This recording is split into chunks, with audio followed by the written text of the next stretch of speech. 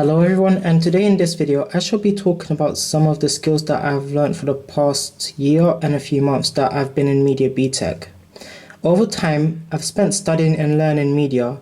I've gained a wide amount of knowledge of all sorts of skills such as being a cameraman to editing and even acting. Let's get started, shall we?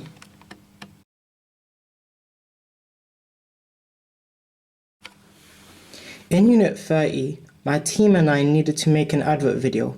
What I had learned from this was camera techniques, which would help me in the long run. If I ever wanted to become a cameraman, I would have some experience to do so.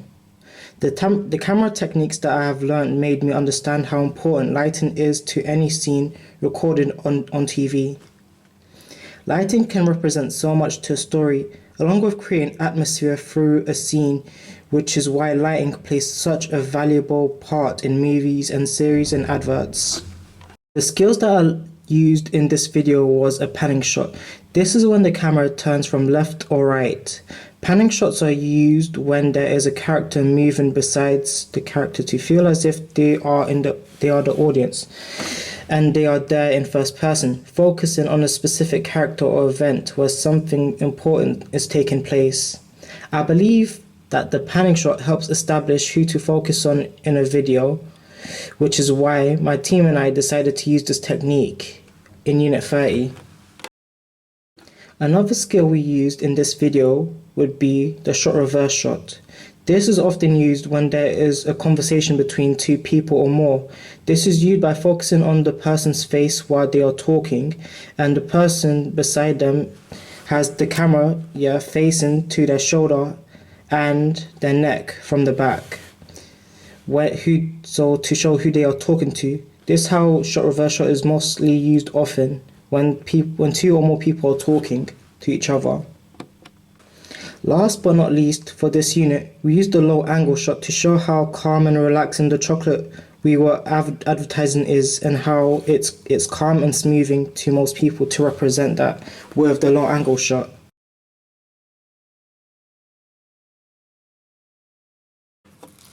In Unit 30, we used a green screen as we were doing a parody of the BBC News channel.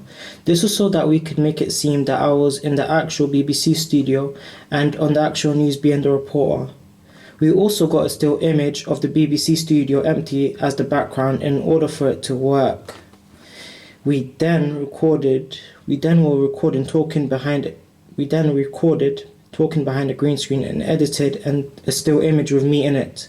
As we were making a parody, we used archive footage of the intro of the BBC and uploaded it to make it seem realistic, like it came from the actual BBC. What I had learned from Unit 27 was post-production, which was to edit after filming.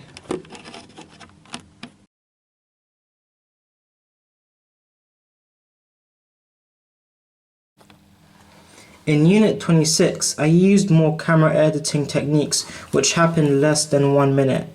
My team and I had achieved this by having a short story and having two characters in order for this to work. First off, with a tracking shot.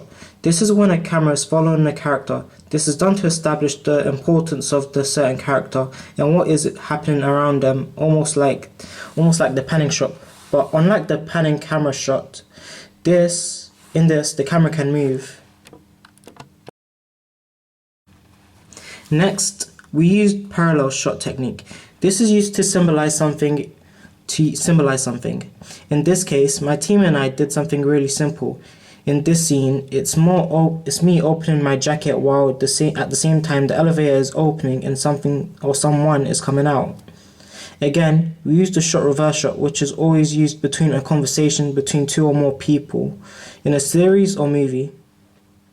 Another skill that we used was the 180-degree rule. This is when the camera stays at 100 degrees and does not cross over it. As you see, the camera is never on the left shoulder on my left shoulder, nor is it on Melicia's shoulder on her right. This is not breaking the 180-degree rule. This is staying in between it, and this is how the technique is used. These are just some of the skills that I've learned from Media B Tech when it comes to camera skills and editing techniques, which I love, and thanks for watching.